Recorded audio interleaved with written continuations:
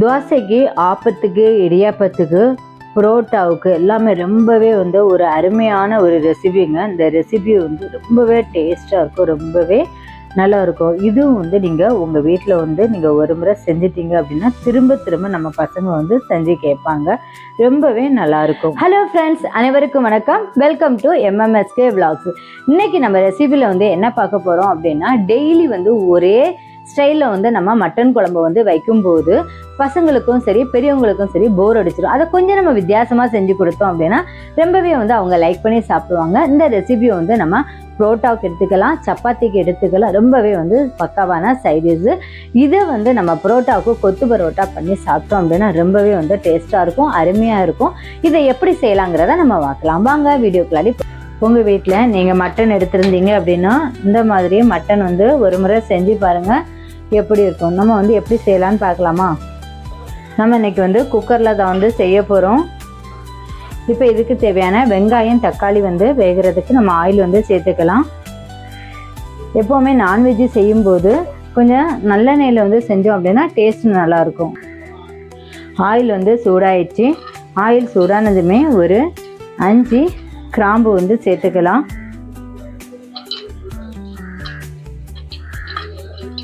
5 கிராம்பு, 3 ஏலக்காய், ஒரு பெரிய அன்னாசிப்பழ பூவு, ஒரு பெரிய பட்டை, ஒரு துண்டு பெரிய பட்டை அதுவும் சேர்த்துருக்குறோம். இப்போ 2 பெரிய வெங்காயத்தை நான் நீள் வாக்கில் கட் பண்ணி சேர்த்துருக்குறேன். இது நல்லா வதங்கணும். இது கூடவே சின்ன வெங்காயமும் எடுத்துருக்குறேன். இந்த சின்ன வெங்காயம் பார்த்தோம்னா நம்முடைய கைக்கு 3 கைப்பிடி சின்ன வெங்காயம் நம்ம எடுத்துக்கலாம். சின்ன வெங்காயம் போடும்போது அந்த மட்டன் ரொம்பவே டேஸ்ட்டாக இருக்கும். இனி நல்லா மிக்ஸ் பண்ணி விட்டுட்டு வெங்காயத்தை நல்லா நம்ம வதக்கணும். வெங்காயம் இந்த அளவுக்கு வதங்கியிருக்கணும். இனி நம்ம 2 தக்காளி நீள் வாக்கில் கட் பண்ணி வச்சுருக்கோம். அதை இதை சேர்த்துக்கலாம். இது கூட வெங்காயமும் தக்காளியும் நல்லா வதங்கிட்டு இனி இந்த டைமில் 2 ஸ்பூன் இஞ்சி பூண்டு பேஸ்ட் நம்ம சேர்த்துக்கலாம். 2 ஸ்பூன் 1 கிலோவுக்கு 2 ஸ்பூன் இஞ்சி பூண்டு பேஸ்ட்டு. இனி இதை நல்லா மிக்ஸ் பண்ணி விட்டுக்கலாம். இப்போ இந்த இஞ்சி பூண்டு பேஸ்ட்டை வதக்கும் போது நம்ம ஸ்டவ்வை சிம்மிலே வச்சுக்கணும். இல்லை அப்படின்னா நமக்கு கீழே அடி பிடிக்கும் கொஞ்சம். அதனால் ஸ்டவ்வை சிம்மிலே வச்சுக்கலாம். இது நல்லா வதக்கிக்கலாம். நம்ம இஞ்சி பூண்டு அரைச்சோம்ல அதே ஜாரிலே நம்ம கொஞ்சம் தேங்காய் அரைச்சிக்கலாம். இப்போ தேங்காய் பார்த்தோம் அப்படின்னா நமக்கு ஒரு கைப்பிடி தேங்காய் எடுத்துக்கலாம். ஒரு கைப்பிடி எடுத்துக்கலாம்.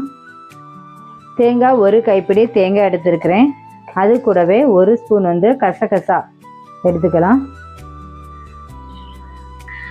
இதில் நம்ம கொஞ்சம் தண்ணி சேர்த்து அரைச்சி எடுத்துக்கலாம். நல்லா எவ்வளவு மை மாதிரி அரைக்க முடியுமோ அந்த அளவுக்கு மை மாதிரி அரைச்சி எடுத்துடலாம்.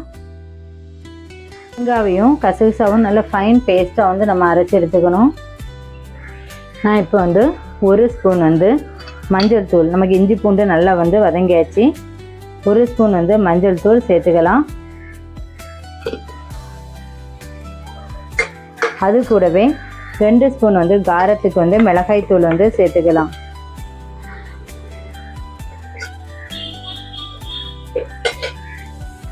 இது கூட ஒரு 1.5 ஸ்பூன் மல்லித்தூள் சேர்த்துக்கலாம்.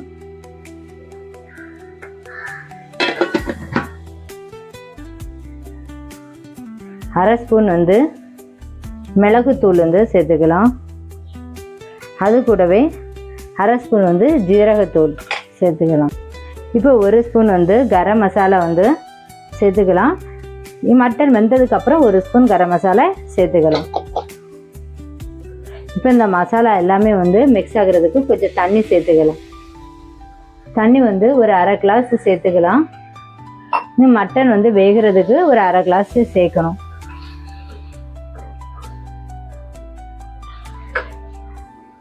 இன்னும் ஒரு அரை கிளாஸ் சேர்த்துக்கலாம்.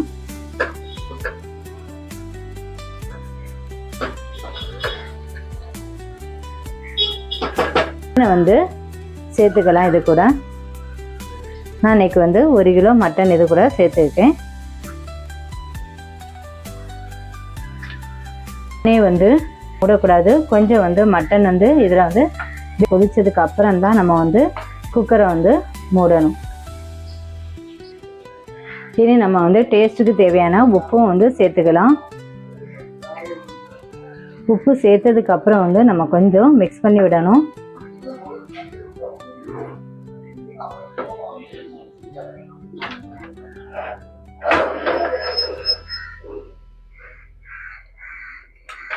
வச்சிடலாம். விசில் விட்டு நம்ம எடுத்தாச்சு. மட்டன் எப்படி வந்திருக்குன்னு பார்க்கலாம்.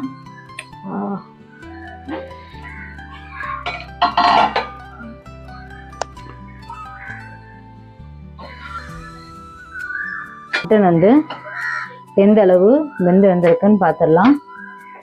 இனி இது வந்து நம்ம அரைச்சி வச்சுருக்கோம்ல தேங்காய் விழுது, அரைச்சி வச்சுருக்கேன் தேங்காய் விழுதை வந்து நம்ம இது கூட சேர்த்துக்கலாம். இனி அரைச்சி வச்சுருக்கேன் தேங்காய் விழுதை வந்து நம்ம இது கூட சேர்த்துடலாம்.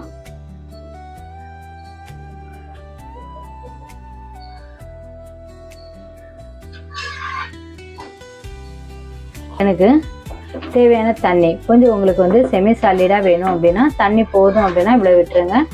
இல்லை இன்னும் கொஞ்சம் தண்ணி சேர்க்கணும் அப்படின்னா இன்னும் கொஞ்சம் சேர்த்துக்கோங்க. நான் இன்னும் கொஞ்சம் தண்ணி வேணும் அதனால சேர்த்துருக்குறேன். ஒரு 5 நிமிஷம் வந்து நல்லா கொதிக்க விட்டுருங்க. ஏன்னா வந்து தேங்காவுடைய பச்சை வாசனை வந்து போகணும். அதுக்காக ஒரு 5 நிமிஷம் வந்து நல்லா கொதிக்க விட்டுடலாம். இந்த டைமில் உப்பு போதுமான்னு நீங்கள் வந்து பார்த்துக்கலாம். பார்த்துட்டு உப்பு பத்தாது அப்படின்னா நம்ம இன்னும் கொஞ்சம் சேர்த்துக்கலாம். போதும். உப்பு நான் இன்னும் சேர்க்கலை. உப்பு கரெக்டாகவே இருக்குது. 5 நிமிஷத்துக்கு முன்னாடி ஒரு கைப்பிடி கொத்தமல்லி இலையை போட்டுக்கலாம்.